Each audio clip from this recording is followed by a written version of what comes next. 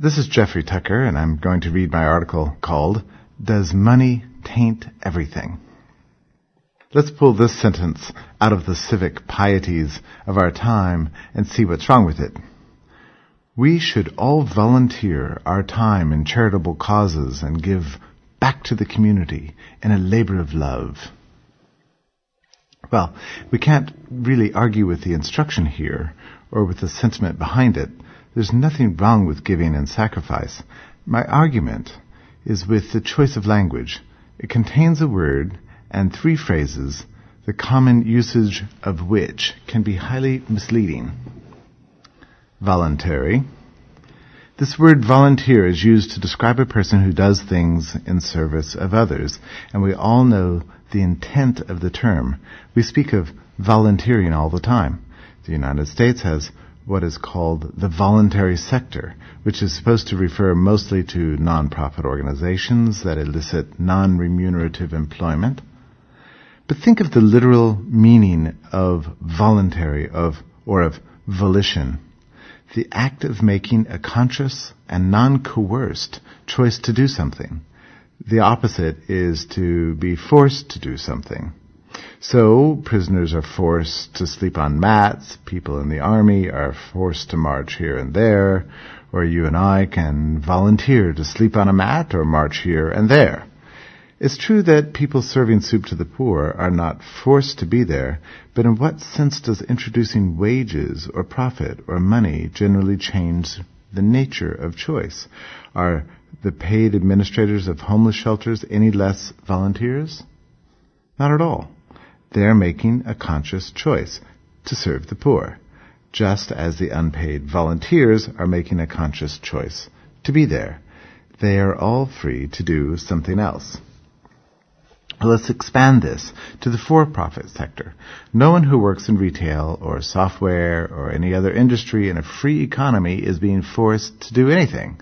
They're all there by choice, a result of having evaluated a variety of options and choosing one option over every other possible option. The opportunity foregone here is what might be called the cost of that choice. The doctor who administers medicine, the lawyer who writes a legal brief, the salesman who sells you a suit, the clerk who rings up the total. These are all volunteers. The investment banker is a volunteer. The introduction of money into exchanges and all actions charitable or profitable are, in fact, exchanges. It doesn't change anything about the nature of the action. It doesn't switch it from voluntary to forced. Now, this is not merely a terminological dispute. There's an ideological import to the use of the term voluntary to describe non-remunerative activities. It evidences a bias against the cash economy, as if monetary exchange and profit is a tainted motive, whereas the removal of money makes an action pure and beyond reproach. My argument is that this is completely wrong. It's time that we demystify the role of money in society. It serves a useful purpose. Under barter, goods and services are exchanged directly for each other, and that works in primitive economies, but once complexity appears, barter has its limits. You can't exchange a cow for an egg or an auto plant for a hat because these goods aren't divisible. You need money to serve as a proxy for goods and services to exchange later. Money also serves the vital function of permitting economic calculation, so you can know if exchanges are profitable, meaning non-wasteful and productive, or they yield losses, meaning wasteful and non-productive. Thus, is the institution of money not inherently corrupt or tainted? It is highly useful and necessary, and arises merely in response to the desire of people to cooperate. Now, let's look at the phrase, give back to the community. Give back to the community is a phrase used to implore people who have been successful in business to donate their time, talent, and treasure, a familiar phrase, to some cause besides their business. There's no arguing with the injunction to serve others, but there is a problem with the phrase, give back. It implies that people with money have taken something from others.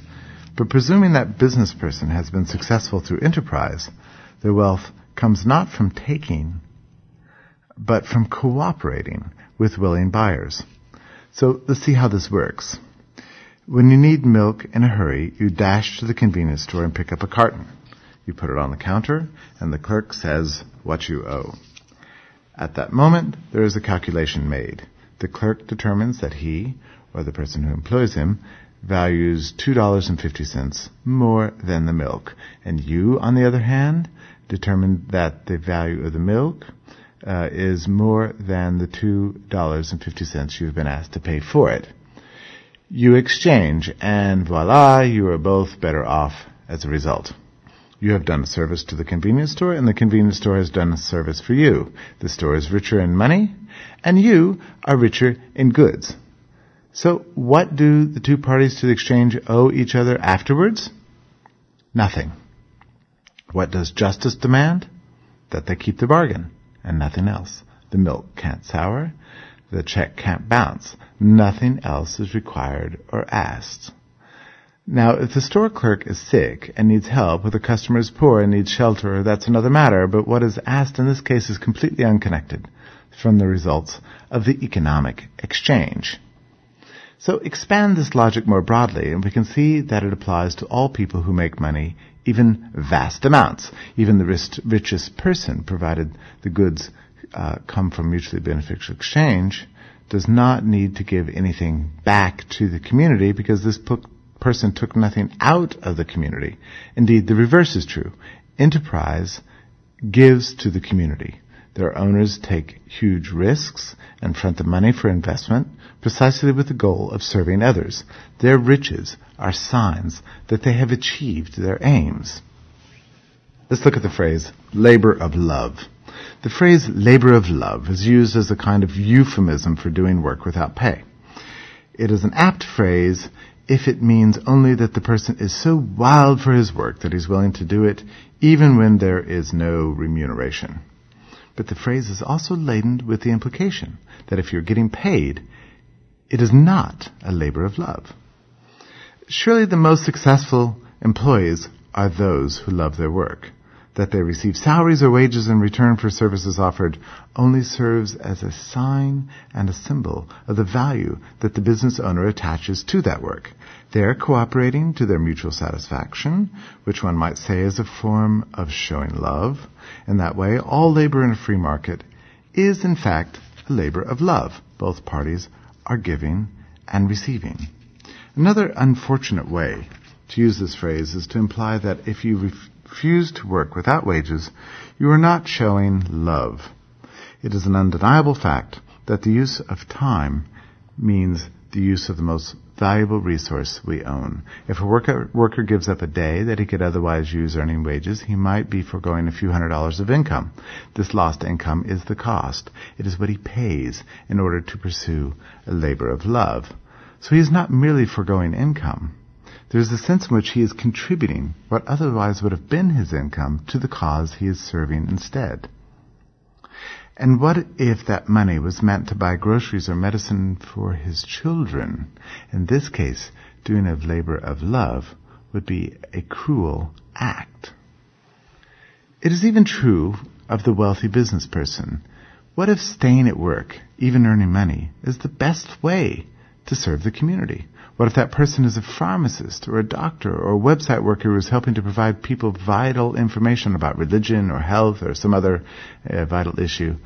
Labor for wages is just as much a contribution to society as working somewhere else for free.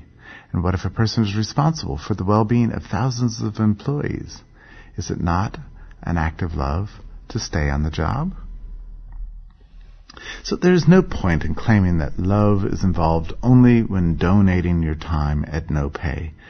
You can pay or be paid and still show love. Again, this is not just about terminology. It's about the assumptions many people bring to the subject of economics as it affects ethics, people often take it for granted that the cash nexus is somehow incompatible with clean living.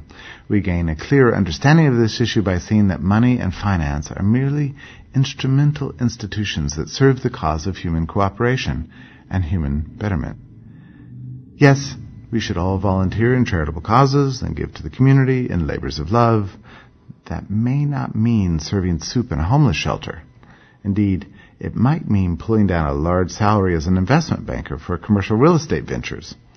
Once we understand that the market economy is not incompatible with social justice, but is rather a form in which authentic social justice is realized in the real world, we will be more careful with the language we use.